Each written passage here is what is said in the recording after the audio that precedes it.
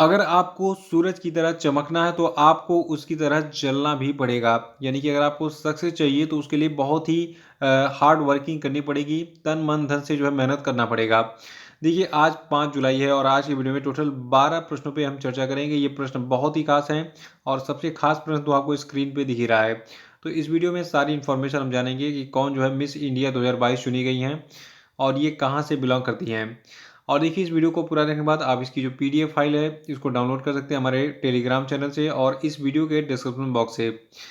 और देखिए एक इन्फॉर्मेशन ये है कि आप लोगों ने डिमांड की थी कि अर्धवार्षिकांक 2022 का पीडीएफ सर बना दीजिए, तो इसका पीडीएफ तैयार हो चुका है।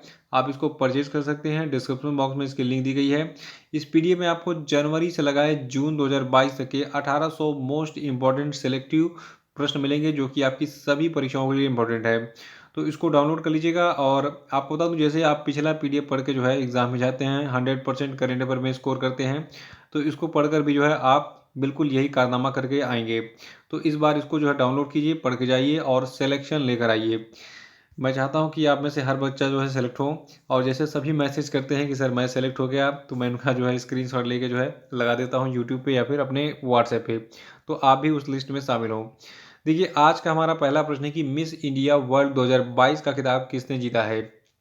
तो देखिए अभी हाल ही में जो कर्नाटका की सिनी शेट्टी हैं इनको मिस इंडिया 2022 का खिताब दिया गया है, ठीक है। यानी कि इन्होंने मिस इंडिया का खूबसूरत ताज अपने नाम कर लिया है। देखिए एक चीज़ याद रखिएगा कि जो आपकी सिनी शेट्टी हैं ये कर्नाटका की रहने वाली हैं, लेकिन इनका जन्म मुंबई में हुआ था और इन्होंने जो है अकाउंटिंग और फाइनेंस में बैचलर्स की डिग्री हासिल की है। इनकी लंबाई कितनी है? 5 फुट 9 इंच, काफ़ी लंबी है। देखिए यहाँ पे 3 लड़कियाँ खड़ी हैं, तो इसमें से जो बीच वाली है ये विनर है सिनी शेट्टी। और इनमें से एक आपकी जो है फर्स्ट रनर अप है जिनका नाम है रूबल शेखावत। और दूसरी इसमें जो है सेकंड रनर अप रही उत्तर प्रदेश की जो सीनाता चौहान। तो देखिए यहाँ पे एक चीज़ और याद रख लीजिए कि जो आपकी सिनी शेट्टी हैं ये कर्नाटक से बिलोंग करती हैं, पैदा मुंबई में हुई थी। और इस कंपटीशन में यानी कि जो आपका मिस इंडिया वर्ल्ड 2022 का कंपटीशन हुआ था इसमें राजस्थान की रूबल शेखावत फर्स्ट रनअप रही और उत्तर प्रदेश की सीनाता चौहान सेकेंड रनअप रही। ये दोनों प्रश्न आपको एग्जाम में पूछे जा सकते हैं आपसे कि देखिए अगर आप राजस्थान से तो अलर्ट हो जाइए, वहाँ पर यही पूछेगा कि बताओ मिस इंडिया वर्ल्ड 2022 के कंपटीशन में कौन जो है राजस्थान की कौन सी जो बच्ची थी ये जो है फर्स्ट रनअप रही थी, तो इनका नाम है रूबल शेखावत। और उत्तर प्रदेश से हैं तो ये चीज़ बिल्कुल कान में जो है बिल्कुल घुसा लीजिए और दिमाग में फिट कर लीजिए कि जो उत्तर प्रदेश की सीनाता चौहान है ये सेकेंड रनअप रही थी मिस इंडिया वर्ल्ड 2022 के कंपटीशन में। तो ये जो है इम्पॉर्टेंट फैक्ट पे बात हो गई। और इससे भी खास चीज़ ये कि जो आपका मिस इंडिया वर्ल्ड 2022 या फिर 23 24 25 जो भी चुना जाएगा या फिर चुना गया है वो जो है क्या करता है, जो इसके बाद मिस वर्ल्ड का कंपटीशन होता है उसमें भारत का लीडरशिप करता है। तो सिनी शेट्टी भी यही काम करेंगी। ये जो है मिस इंडिया चुनी गई हाल ही में और ये मिस वर्ल्ड के कंपटीशन में अब भारत का लीडरशिप करेंगी। अगला प्रश्न है कि हाल ही में किसे फाइनेंशियल एक्शन टास्क फोर्स का नया अध्यक्ष बनाया गया। आप डेली सुनते होंगे यार फलाने को जो है फाइनेंशियल एक्शन टास्क ने ब्लैक लिस्ट में डाल दिया है। तो ये संस्था है क्या और इसके अध्यक्ष कौन बने हैं? तो देखिए अभी हाल ही में जो आपके टी राजा कुमार हैं इनको फाइनेंशियल एक्शन टास्क फोर्स का नया अध्यक्ष बनाया गया है। नाम से जो लग रहा है ये इंडियन होंगे। देखिए हिंदुस्तान के अलावा और भी कई सारे देश हैं जहाँ पर हिंदी और भोजपुरी बोली जाती है। और कहाँ कहाँ पे भोजपुरी किस देश में बोली जाती है जरा कमेंट बॉक्स में बताइए, देखते हैं कितने लोगों को पता है कि भारत के अलावा भोजपुरी भाषा कहाँ पर बोली जाती है, किस देश में। तब तक हम बात कर लेते हैं टी राजा कुमार के बारे में। देखिए टी राजा कुमार जो है इनकी नियुक्ति 2 साल के लिए जो है की गई है और इनका कार्यकाल अभी हाल ही में 1 जुलाई से शुरू हो गया है, 1 जुलाई 2022 से। यानी कि 1 जुलाई 2022 से 2 सालों के लिए T Raja Kumar financial action task force के नए अध्यक्ष होंगे। और देखिए जो आपका फाइनेंशियल एक्शन टास्क फोर्स है ये 1989 में स्थापित हुआ था। इसकी स्थापना 1989 में की गई थी और ये 1989 में G7 समूह के द्वारा मनी लॉन्ड्रिंग, आतंकवाद और प्रसार वित्त को रोकने और उसका मुकाबला करने के लिए इसको स्थापित किया गया था। और ये एक इंटर गवर्नमेंटल यानी कि कई सारे गवर्नमेंट जो है कई सारे देशों की सरकारें जो हैं उनके बीच का एक संगठन है, सरकारी संगठन। और इसका मुख्यालय आपका है पेरिस फ्रांस में और इसके वर्तमान अध्यक्ष कौन बन गए हैं? टी राजा कुमार, जो कि किस देश से बिलोंग करते हैं, ये जो है सिंगापुर से बिलोंग करते हैं। ठीक है, याद रखिएगा इसको, और ये आपके एग्जाम के लिए इंपॉर्टेंट है। देखिए एक खास बात और है, जो आपका फाइनेंशियल एक्शन टास्क फोर्स है, इसने भी हाल ही में देखिए पाकिस्तान को जो है ब्लैक लिस्टेड किया था। ठीक है, पाकिस्तान 2018 से ही जो है जो फाइनेंशियल एक्शन टास्क फोर्स है इसकी ब्लैक लिस्ट में शामिल है। और मैंने आपसे पूछा था कि किस देश में भोजपुरी बोली जाती है, तो देखिए मॉरिशस ऐसा देश है जहां पर भोजपुरी भाषा बोली जाती है, और भोजपुरी जो है ये बिहार की लोकप्रिय भाषा है, जो कि उत्तर प्रदेश में और नेपाल में भी बोली जाती है। ठीक है, अगला प्रश्न कि हाल ही में कौन महाराष्ट्र के जो है विधानसभा अध्यक्ष चुने गए। तो देखिए महाराष्ट्र के विधानसभा अध्यक्ष चुने गए हैं राहुल नार्वेकर, और इन्होंने नाना पटोले का स्थान लिया है इस पद पर। चौथा प्रश्न है अंतर्राष्ट्रीय प्लास्टिक बैग मुक्त दिवस कब मनाया गया। तो देखिए अंतर्राष्ट्रीय प्लास्टिक बैग मुक्त दिवस को हमने 3 जुलाई को मनाया है, और 2022 का जो आपका अंतर्राष्ट्रीय प्लास्टिक बैग मुक्त दिवस था, ये इसका 13वां संस्करण था। देखिए पहला अंतर्राष्ट्रीय प्लास्टिक बैग मुक्त दिवस 3 जुलाई 2008 को मनाया गया था, जब जीरो वेस्ट यूरोप के एक सदस्य रेजोरो ने इसकी जो है शुरुआत की थी। और इससे भी खास बात यह है कि 1 जुलाई से पूरे भारत में सिंगल यूज प्लास्टिक को बैन कर दिया गया है। ये डेट भी याद रखेगा, अगर परीक्षा में पूछा जाए कि बताओ किस तिथि से जो है भारत में सिंगल यूज प्लास्टिक को बैन किया गया, तो ये तिथि है 1 जुलाई 2022। अगला है कि भारत का सबसे बड़ा तैरता सौर ऊर्जा संयंत्र एनटीपीसी के द्वारा किस राज्य में पूरी तरीके से हाल ही में चालू कर दिया गया है। तो देखिए भारत का जो सबसे बड़ा तैरता सौर ऊर्जा संयंत्र है, इसको तेलंगाना के रामागुंडम में स्थापित किया गया है एनटीपीसी के द्वारा। याद रखिएगा भारत का जो सबसे बड़ा तैरता हुआ सौर ऊर्जा संयंत्र है, ये तेलंगाना के रामागुंडम में स्थापित किया गया है एनटीपीसी के द्वारा, और इस सोलर प्लांट की क्षमता 100 मेगावाट है, और ये उन्नत तकनीकी और पर्यावरण के अनुकूल सुविधाओं के साथ संचालित है। आपको बता दूं ये परियोजना थी तैरते हुए सौर ऊर्जा संयंत्र की, कहाँ पर, जो कि रामागुंडम में स्थापित की गई है। तो ये परियोजना जलाशय के 500 एकड़ में फैली हुई है, और इस परियोजना को 49 ब्लॉकों में बांटा गया है। प्रत्येक ब्लॉक में 2.5 मेगावाट की क्षमता है, और प्रत्येक ब्लॉक में जो है एक फ्लोटिंग प्लेटफॉर्म और 11,200 सौर मॉड्यूल का मैट्रिक्स शामिल है। और देखिए छठवां प्रश्न है कि हाल ही में रक्षा अनुसंधान और विकास संगठन ने किस स्थान से जो है high speed expendable aerial target यानी कि हीट का सफल परीक्षण किया था हाल ही में। तो देखिए ये प्लेस था उड़ीसा का चांदीपुर। और देखिए इस प्रश्न के हमने कल भी चर्चा की थी, और यह आज थोड़ा सा रिपीट हो गया, मैंने ध्यान नहीं दिया इसको। तो आप याद रखिएगा कि हीट का परीक्षण कहाँ से किया गया था, उड़ीसा के चांदीपुर से। ठीक है, बाकी कल आपने इसको पढ़ा था, तो इसका स्क्रीनशॉट लेके आप इसको अपने जो है व्हाट्सएप स्टेटस पर भी लगा सकते हैं।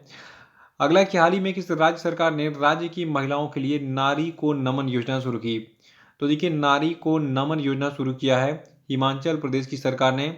और देखिए हिमाचल प्रदेश के जो मुख्यमंत्री हैं, इनका नाम है जयराम ठाकुर, इन्होंने हाल ही में इस योजना को हरी झंडी दिखाई।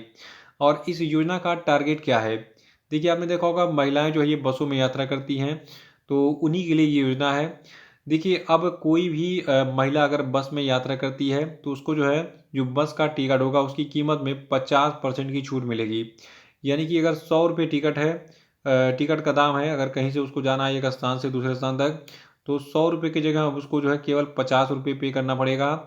और इसके लिए जो है हिमाचल प्रदेश की सरकार ने विधानसभा चुनाव से पहले जो है घोषणा की है कि इसके लिए जो है अब सालाना 60 करोड़ रुपये जो है खर्च किए जाएंगे, ताकि महिलाओं को 50% की छूट मिल सके बसों में यात्रा के दौरान।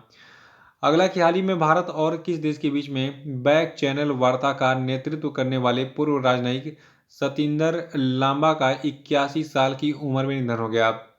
तो देखिए आपको बता दूं जो आपके सतिंदर लांबा है, ये जो है भारत के एक बहुत ही प्रतिष्ठित राजनयिक थे, और इन्होंने जो है 2005 से 2014 तक भारत और पाकिस्तान के बीच में इन्होंने बैक चैनल राजनयिक वार्ता का नेतृत्व किया था। तो काफ़ी यादगार रहा ये। और नवा प्रश्न है कि इसराइल के 14वें प्रधानमंत्री कौन बने। देखिए बहुत ही इंपॉर्टेंट प्रश्न है, इसराइल हमारा मित्र देश है, और यहाँ के 14वें प्रधानमंत्री क्रम से बन गए हैं यार लैपिड। नाम रटने से कुछ नहीं होगा, आपको जो है क्रम भी याद रखना पड़ेगा। ठीक है, तो इजराइल के कौन से 14वें प्रधानमंत्री बने हैं? यार लैपिड। और इन्होंने जो है नाफ्ताली बेनेट का स्थान लिया है इस पद पर। देखिए अब जो है यार लैपिड की पार्टी का नाम भी आपको रखना पड़ेगा, क्योंकि एग्जामिनर बहुत खुराफाती हो गया है और ये अब जो है पार्टियों का नाम भी पूछ ले रहा है। तो देखिए जो इजराइल के 14वें प्रधानमंत्री बने हैं यार लैपिड, ये जो है इनकी पार्टी है येस अतीद पार्टी, ठीक है। तो येस अतीद पार्टी के ये नेता हैं और आधिकारिक तौर पर ये 14वें प्रधानमंत्री बन गए हैं इजराइल के। आज आपको बताना है कमेंट बॉक्स में, देखिए मैं हमेशा आपको बताते रहता हूँ, आज आपको बताना है कि इजराइल की राजधानी क्या है, इजराइल की मुद्रा क्या है। तो देखते हैं कितने लोग ध्यान से पढ़ते हैं डेली और उनको याद है, कमेंट बॉक्स में बताइए। अगला प्रश्न है कि क्वाकवा रिलीज साइमंड्स के द्वारा जारी QS based student cities ranking 2023 के अनुसार कौन सा शहर छात्रों के लिए सबसे अच्छा शहर है रहने और पढ़ने के लिए? तो देखिए ये शहर आपका है यूनाइटेड किंगडम का लंदन, ठीक है। लंदन जो है ये दुनिया का सबसे बेस्ट शहर है स्टूडेंट के लिए। वो वहाँ पे अपनी पढ़ाई और रहने का जो है अच्छी व्यवस्था पाते हैं लंदन में, ठीक है। और देखिए इस QS based student cities ranking 2023 में जो है यूनाइटेड किंगडम के लंदन को जो है पहला स्थान मिला है, जर्मनी के म्यूनिख शहर को दूसरा स्थान मिला है, दक्षिण कोरिया के सियोल को दूसरे स्थान पर रखा गया है, यानी कि म्यूनिख और सियोल दोनों संयुक्त रूप से जो है दूसरे स्थान पर हैं। और देखिए इस सूची में चौथे स्थान पर आपका जो है स्विट्जरलैंड का ज्यूरिख है, और जो आपका ऑस्ट्रेलिया का मेलबर्न है ये 5वें स्थान पर है।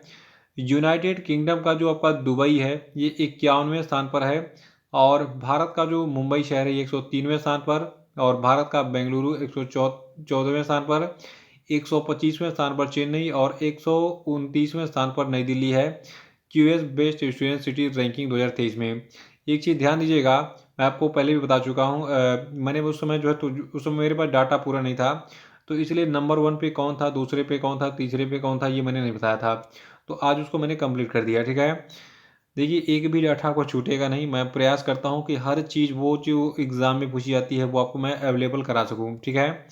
यहाँ पे एक चीज़ ध्यान दीजिएगा, केवल भारतीय शहरों की बात करें तो QS best student cities ranking में जो भारतीय शहर मुंबई है ये भारत का सबसे बेस्ट शहर है छात्रों के लिए रहने और पढ़ने के लिए। और अगला प्रश्न है कि हाल ही में किसे फैन कोड का ब्रांड एम्बेसडर बनाया गया? तो देखिए फैन कोड का ब्रांड एम्बेसडर रवि शास्त्री को बनाया गया है। रवि शास्त्री के बारे में आप जानते होंगे, ये इंडियन क्रिकेटर हैं, मतलब ये भारत के पूर्व क्रिकेटर रह चुके हैं और ये पूर्व कोच भी रह चुके हैं, मतलब इंडियन टीम को जो है ये कोचिंग में रह चुके हैं, और साथ में देखिए क्रिकेट कमेंट्री भी करते हैं ये। और इनको जो है फैन कोड का जो कि एक लाइव कंटेंट स्पोर्ट स्टैटिस्टिक्स और ई कॉमर्स मार्केट प्लेस है, इसका नया एम्बेसडर चुना गया है। और अब ये वर्क क्या करेंगे, देखिए फैन कोड भारत के वेस्ट इंडीज़ दौरे और ईसीबी के द 100 के विशेष अधिकारों के साथ कुछ बेहतरीन क्रिकेट मैचों की मेजबानी के लिए तैयार है। और अब रवि शास्त्री इन खेलों के लिए आगामी अभियानों का नेतृत्व करके फैन कोड के फैन फर्स्ट प्रस्ताव को प्रस्तुत करेंगे। तो सरल शब्दों में दिमाग में बिल्कुल फिट कर लीजिए कि रवि शास्त्री फैन कोड के ब्रांड एम्बेसडर चुने गए हैं। अगला कि हाल ही में किस स्थान पर भारतीय सेना ने सुरक्षा मंथन 2022 का आयोजन किया? तो देखिए सुरक्षा मंथन 2022 कार्यक्रम का आयोजन जो है जोधपुर में किया गया है, राजस्थान के। और आपको बता दूं देखिए राजस्थान का जो ये जोधपुर शहर है, ठीक है, तो ये इंडिया और पाकिस्तान के तटीय सुरक्षा के पहलुओं पर यहाँ पर जो है चर्चा की गई है। और इस चर्चा के दौरान जो है अंतर्राष्ट्रीय सीमा और तटीय क्षेत्रों के साथ समग्र सुरक्षा बढ़ाने के लिए अंतर संचालनीयता, परिचालन सामंजस्य और रसद के पहलुओं पर विचार किया गया। तो ये थे आपके आज के सभी महत्वपूर्ण करंट अफेयर, और अब हम बात करेंगे आज के सभी क्वेश्चन अपडेट पे। देखिए आज संडे का पहला प्रश्न है कि 24 जून 2022 को समाप्त हुए सप्ताह के दौरान भारत का विदेशी मुद्रा भंडार 2.734 अरब डॉलर की गिरावट के साथ कितना हो गया? बताइए आंसर। नहीं पता तो कल का वीडियो देख इसको रिवाइज कर डालिएगा, क्योंकि देखिए जो विदेशी मुद्रा भंडार है इससे संबंधित प्रश्न एग्जाम में हमेशा पूछा जा रहा है कि किस तारीख को जो डाटा रिलीज हुआ उस समय जो है भारत का विदेशी मुद्रा भंडार कितना था। तो कल का वीडियो देखिए रिवाइज कर सकते हैं इसको आप। दूसरा प्रश्न आपके लिए कि अंतर्राष्ट्रीय सहकारिता दिवस जो है ये कब मनाया गया, बताइए। और देखिए कल एक बहुत ही खास प्रश्न था कि केंद्रीय मंत्रिमंडल ने जुलाई 2022 में किस संस्थान को अंतर्राष्ट्रीय संगठन के रूप में वर्गीकृत करने की मंजूरी दी है? तो देखिए इसका आंसर मैं आपको बता भी देता हूँ आज ही। इस देखिए ये संस्थान आपका है coalition for disaster resilient infrastructure. और चौथे प्रश्न का भी उत्तर मैं आपको बताऊंगा आज। देखिए प्रश्न है कि भारतीय संगठन ने मतलब कौन सा भारतीय संगठन है इसने autonomous flying wing technology demonstrator यानी कि एक मानव रहित विमान का पहला उड़ान परीक्षण किया। तो देखिए अभी हाल ही में defence research and development organisation यानी कि डीआरडीओ ने जो है एक मानव रहित विमान का परीक्षण किया है। ये परीक्षण कहाँ पे किया गया है इसके बारे में सारी डिटेल आपको मिलेगी कल के वीडियो में, तो कल का वीडियो देख के रिवाइज कर डालिएगा। पांचवा प्रश्न आपके लिए कि हाल ही में किस स्थान से भारतीय अंतरिक्ष अनुसंधान संगठन ने PSLV-C53 के माध्यम से सिंगापुर के 3 उपग्रहों को कक्षा में स्थापित किया, बताइए। देखिए कल का वीडियो जरूर देख लीजिएगा क्योंकि कल की वीडियो से बहुत सारे प्रश्न एग्जाम में पूछे जाएंगे। और अब हम बात करेंगे कल के पूछे गए सभी क्वेश्चन अपडेट के सही उत्तरों की। देखिए हम का पहला प्रश्न है कि विश्व खेल पत्रकार दिवस कब मनाया जाता है, तो इसको मनाते हैं 2 जुलाई को। और दूसरा था कि अंतर्राष्ट्रीय सहकारिता दिवस कब मनाया जाता है, तो ये मनाया जाता है जुलाई के पहले शनिवार को। और तीसरा था कि हाल ही में किसे CII गुणवत्ता रत्न पुरस्कार 2021 से सम्मानित किया गया है, तो देखिए अशोक सूता जी को CII गुणवत्ता रत्न पुरस्कार 2021 दिया गया है। और चौथा था कि विश्व UFO दिवस कब मनाया जाता है, तो देखिए ये 2 जुलाई को मनाया जाता है। और पांचवा था कि हाल ही में PM मोदी ने किस स्थान पर बॉस इंडिया के स्मार्ट परिसर का उद्घाटन किया है, तो देखिए प्लेस आपका बेंगलुरु है। तो इसी के साथ ये वीडियो समाप्त होता है। जय हिंद, जय भारत। और देखिए आप सभी की डिमांड पर मैंने अर्धवार्षिक का PDF तैयार कर दिया है जिसमें जनवरी से लगाए जून तक के टोटल 1800 करंट अफेयर आपको मिलेंगे। तो इस PDF को आप परचेज कर सकते हैं और पूरे 6 महीने के PDF को एक साथ प्राप्त कर सकते हैं केवल 55 रुपये में। तो इसको आप डाउनलोड कर लीजिएगा। इसमें देखिए पूरे डिटेल में सारे करंट अफेयर को मैंने जो है इसमें कलेक्ट किया है, यानी कि आपका एक भी पॉइंट कोई भी छूटने वाला नहीं है। और 6 महीने का रिवीजन मतलब हो गया कि देखिए किसी भी परीक्षा में आजकल पिछले 6 महीनों के प्रश्न पूछे जा रहे हैं। तो पिछले 6 महीने में जितने भी करंट अफेयर थे सब डिटेल में मैंने बताया इस वीडियो में PDF में। तो इसको परचेज जरूर कर लीजिए, डिस्क्रिप्शन बॉक्स में इसकी लिंक दी गई है।